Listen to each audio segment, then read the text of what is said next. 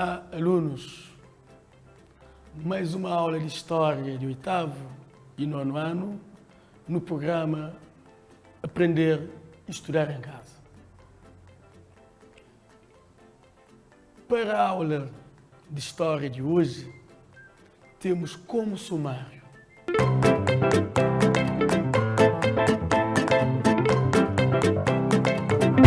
barra cronológica, periodização da história, processo de hominização e origem da terra e da vida.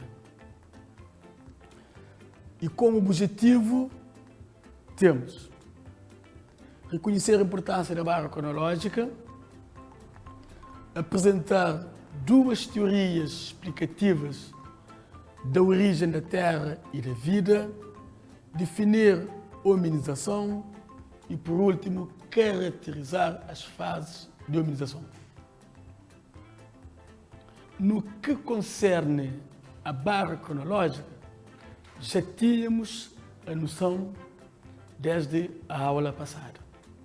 Portanto, vamos rever alguns procedimentos, como se pode demonstrar no quadro. Temos ali um esquema que representa a barra cronológica. Que elementos tem uma barra cronológica para facilitar a análise e a leitura da mesma? Vejam, temos um gráfico. E no gráfico marcamos a nossa era. Lembre-se do nosso ponto de referência, que é nascimento de Cristo. Logo, a nossa era é nascimento de Cristo e na barra cronológica escreve-se NC. Poderíamos encontrar também EC, que significa Era Cristã. A partir dali, todos os anos antes do nascimento de Cristo, escreve-se A minúscula, que significa antes, e C maiúscula, que significa Cristo. Então temos antes de Cristo. E a mesma coisa para os anos depois do nascimento de Cristo. Escreve-se DC. E temos as escalas. A escala ali é de 1000 e 1000. Como podem ver, temos 2000 e temos 1000. Depois do nascimento de Cristo, já que indica o ano 1, porque o ano 0 não existe, e depois o ano 1000 de novo e 2000. Que se repare, fizemos a contagem desta forma, 2000, 1001.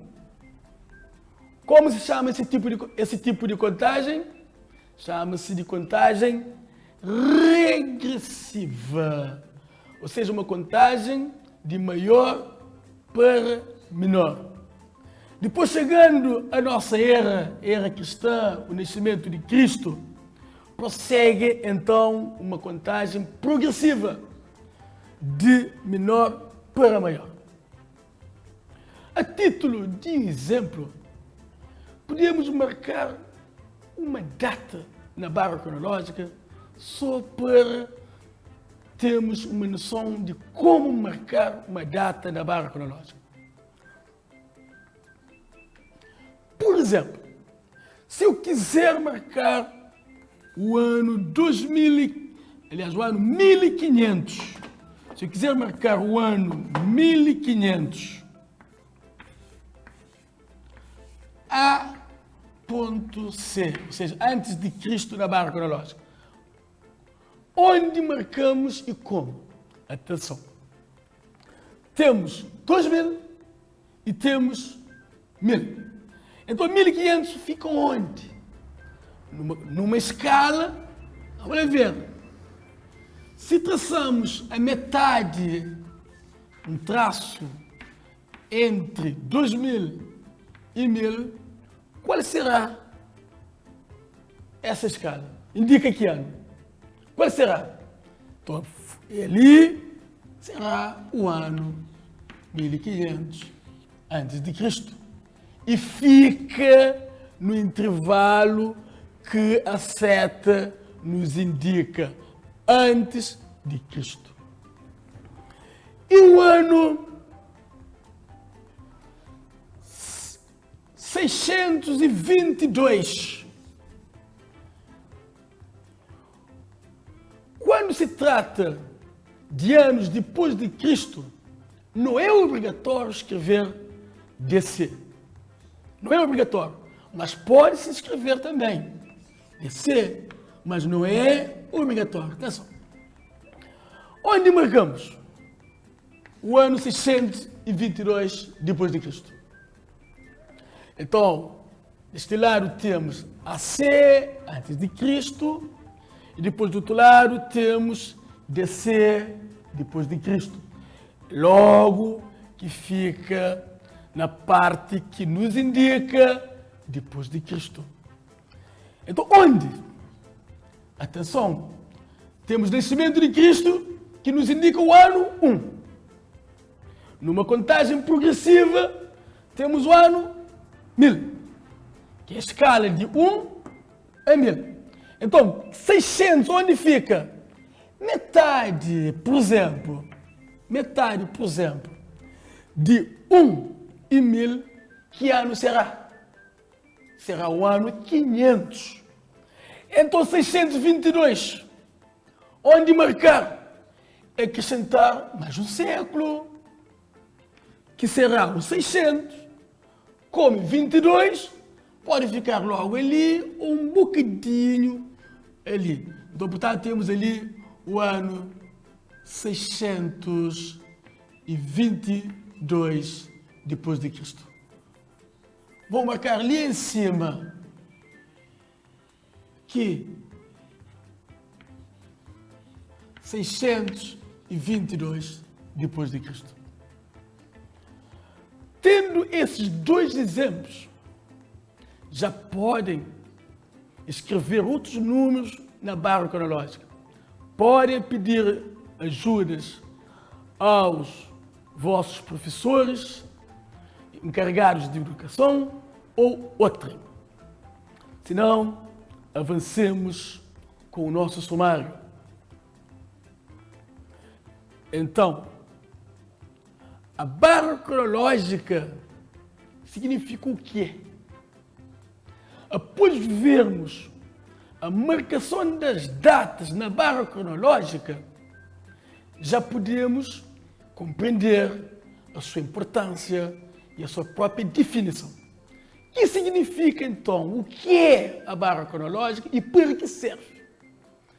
Se não, vejamos. Barra cronológica é uma representação gráfica que marca os acontecimentos do tempo. Na verdade, é uma representação gráfica, estão a ver? Há escala e há algumas orientações antes de Cristo, depois de Cristo e nascimento de Cristo. Portanto, essa representação é gráfica porque é um desenho que nos facilita na marcação das datas de um determinado acontecimento. E já para que serve? Tanto como podem ver, serve para localizar o tempo dos acontecimentos, ou seja, o tempo das ocorrências. Nos diz quando determinado acontecimento teve oportunidade de acontecer. E os acontecimentos são marcados no tempo, num tempo de longa duração ou de curta duração ou um tempo recente. É o tempo de longa duração e que se chama de tempo remoto, como podem ver ali. Também a barra cronológica serve para avaliar o tempo e a duração dos acontecimentos. Ok? Quantos anos aconteceram determinados factos ou determinadas ocorrências. Por exemplo, a Primeira Guerra Mundial iniciou no ano 1914. 1914. E só terminou no ano 1918. Então marca a duração. E a Segunda Guerra Mundial? No ano 1939 e terminou no ano 1945. Marca ou não o tempo de duração de uma ocorrência. Portanto, serve para este assunto. Ainda podemos destacar uma outra importância, que é situar os acontecimentos um em relação ao outro. E ainda a cronologia pretende tornar mais clara a dimensão do tempo histórico. Então, passamos para a segunda parte da nossa aula, que é a periodização histórica. Vamos lá ver. A periodização da história define-se como método cronológico utilizado para dividir o tempo histórico. Pois, como historiador tem a tarefa de narrar os factos históricos do passado, e o passado é longínquo, e para facilitar os estudos do passado, os historiadores ocidentais, ou seja, europeus, portanto, concordaram em dividir a história da humanidade em períodos. Assim, dividiram então a história da humanidade em pré-história e história. Que significa então pré-história? A palavra pré, o que é que nos diz? Pré significa antes. E a história o quê? A história, nesse sentido, quer dizer a invenção da escrita, a escrita. Então, o entendimento que tinha da história é que a história começa com o início da escrita. Então, assim, todo o período da história da humanidade, que começa antes da invenção da escrita, é chamada de pré-história. E a história propriamente dita começa a partir do momento em que a escrita foi inventada. Pois já vimos que a pré-história significa todo o período da história da humanidade antes da escrita, e tem começado com o aparecimento dos primeiros homens na Terra e termina com a invenção da escrita, que ocorreu cerca de 4.000 anos. E a pré-história, por sua vez, divide-se, aliás, subdivide-se em paleolítico e neolítico. Como a passagem não foi de imediato, houve um momento de transição. Este momento de transição de paleolítico para neolítico chama-se de mesolítico.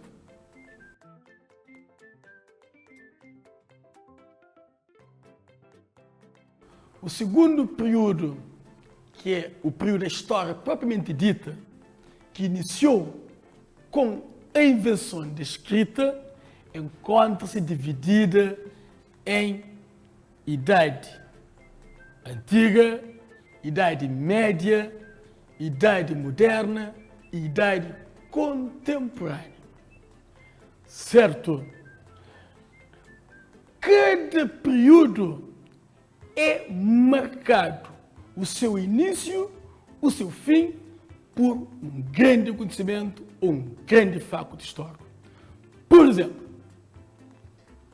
o que marca a Idade Antiga, o seu início, é a descoberta da escrita e termina com a queda do Império Romano do Ocidente.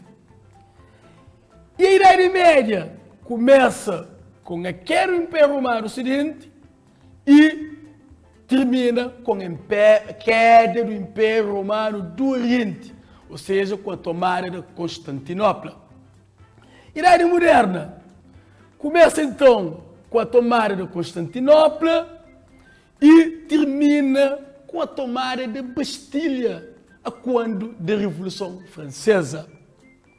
Tanto a Idade Contemporânea começou a partir de 1789 e continua até a data atual. Pois temos ali uma barra cronológica que marca os períodos da história da humanidade.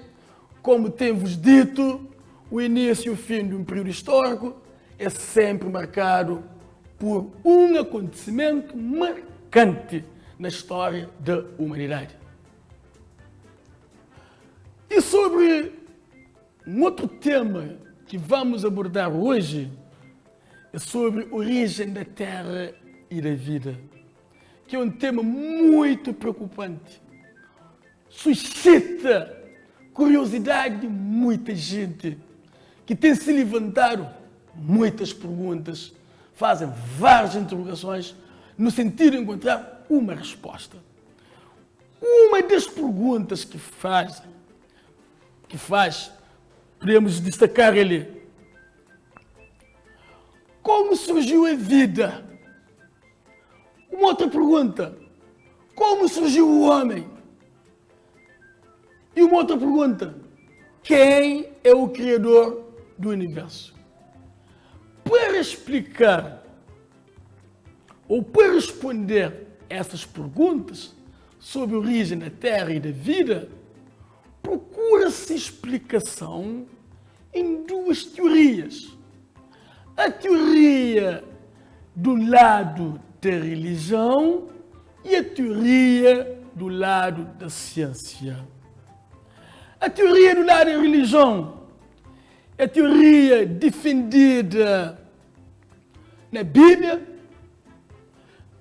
na parte de Gênesis, pode ver a imagem, Gênesis 3. O que é que diz?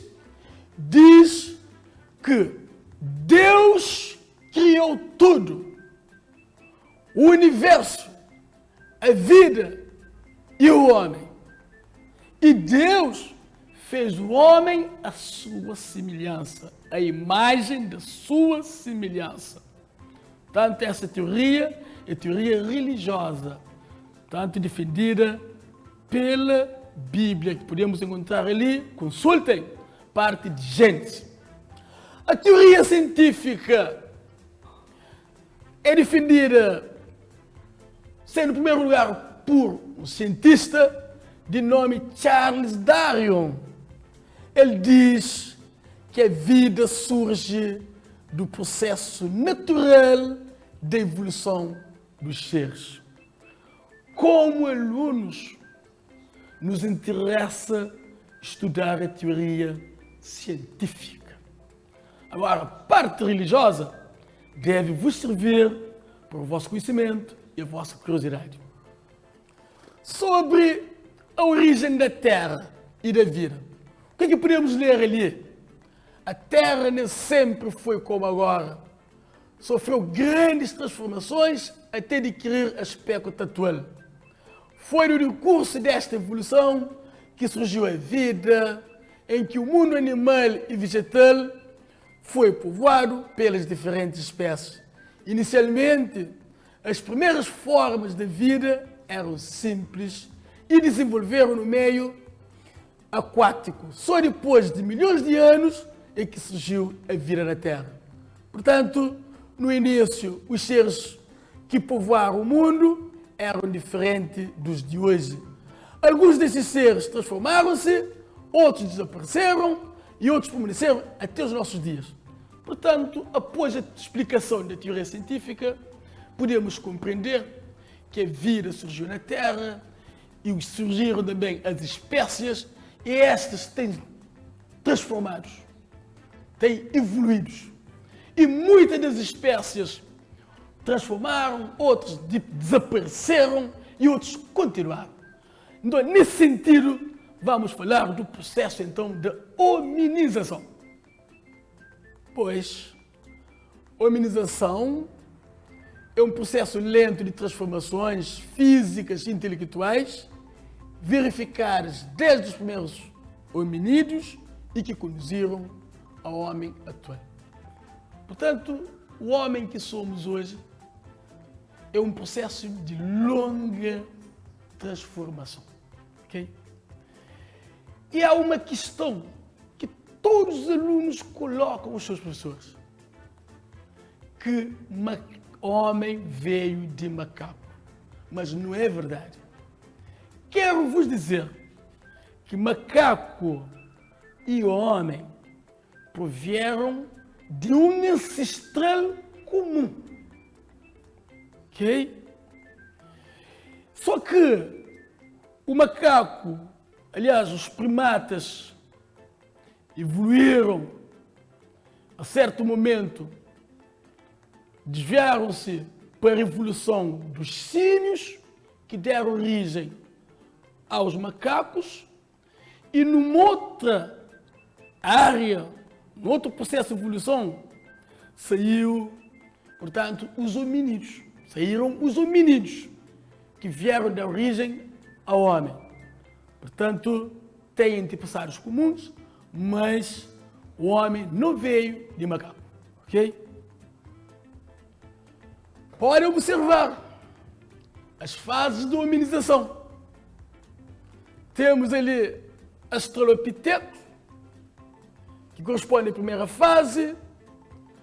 Na segunda fase temos Homo habilis. Na segunda fase, Homo erectus. Na terceira fase, Homo sapiens, ou de Neandertal. E na última fase temos Homem sapiens sapiens, que é o homem atual. Portanto, para vermos o processo de evolução que o homem transformou e sofreu, até que hoje temos o homem com característica atual. Vamos ver as suas características. Australopithecus, vejam como que são eles. Vamos ver os seus crânios. Okay? Tem queixos salientes, né? Tem uma capacidade craniana muito curta, cerca de 450 a 500 centímetros cúbicos. E são homens de pequena estatura. Medem entre 1,15 m a 1,25 m e pesa 30 kg.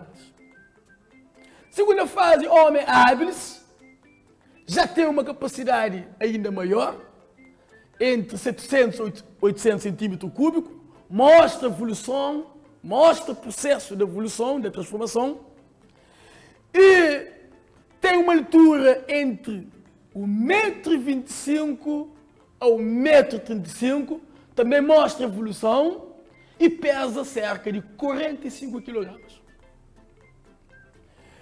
A terceira, temos Homo erectus. Pela figura, podem ver que está com fogo na mão. Ele quem descobriu o fogo. Mais à frente falaremos sobre isso. Tem uma capacidade ainda maior, entre 900 a 1100 centímetros cúbicos, e a sua altura varia entre 1,50 m a 1,65 m e pesa 60 kg. Portanto, também mostra uma evolução nessa fase de hominização. E Homo sapiens, o homem de Neandertal, a capacidade também ainda é maior, de 1400 a 1650 centímetros cúbicos. Portanto, tem uma altura que varia entre 1,60 m a 1,70 m e pesa 70 kg. Por último, Homo sapiens sapiens, portanto, que já é um homem atual com capacidade muito maior e tem altura entre 1,70 m a 1,80 m e pesa cerca de 75 kg. Pelas observações das imagens das fases de hominização, podemos ver que realmente houve um processo de transformação física e intelectual do homem, que nós chamamos isso de hominização. Tendo em conta as características das fases avançadas, podemos então apontar algumas características que nos permitem distinguir o homem atual, dos outros primatas. Ok? E como características que eu trouxe, podemos ver ali, é a verticalidade ou posição ereta. Os animais são quadrúpedes, andam de mãos e pés no chão. Mas os homens são diferentes. Andam ou deslocam na posição de bipidia, com os dois pés. As mãos não estão no chão. A inteligência. Naturalmente, o homem é um ser racional. Age racionalmente. Pensa e age. Diferente dos animais. Outra característica que eu trouxe é a capacidade de fabricar o seu próprio instrumento de trabalho, que o homem tem e os animais não. Também a linguagem articulada. O homem fala corretamente, com uma linguagem articulada, não com uma linguagem mímica ou holofrásica, mas sim linguagem articulada. Chegando a esse ponto da aula, esse nível, cabe-nos fazer a síntese. O que é que vimos durante a nossa aula? Vimos a questão do termo pré-história. Pré-história, que é todo o período da história da humanidade antes da invenção da escrita. Mas este termo é questionado por alguns historiadores. Por quê? Porque a palavra pré passa a ideia de que os povos do período não tinham história. Assim, outros termos são preferidos, como povos agrafos, ou povos sem escritas, ou então a idade das pedras. Em vez de chamar pré-história, propõe-se chamar povos agrafos, ou povos sem escritas, ou ainda período da idade das pedras. Outra coisa que vimos é sobre a origem do homem. Portanto, procura-se a explicação em duas teorias. A teoria criacionista, que é a concepção religiosa baseada na ideia da criação humana. Deus criou tudo. E a teoria evolucionista, que é uma teoria científica que nos interessa estudar nas escolas, na história, estudo, baseia-se no evolucionismo de Darwin. Outra coisa que vimos é que a pré-história está dividido entre dois grandes períodos, Paleolítico e Neolítico, e a história temos a Idade Antiga, Idade Média, Idade Moderna e Idade Contemporânea, E a última coisa que falamos é sobre a hominização e característica das suas fases. Portanto, o homem é um fruto de longo processo de transformação física e intelectual. Ok? Terminamos a nossa aula no programa Aprender e Estudar em Casa. Espero que a mesma vos sirva para o enriquecimento do vosso conhecimento e continuem a cumprir com as medidas de segurança, porque vivemos em tempos difíceis. Usem máscaras, nada de perto das mãos, nada de beijinhos nem de abraço. Fiquem bem, até breve.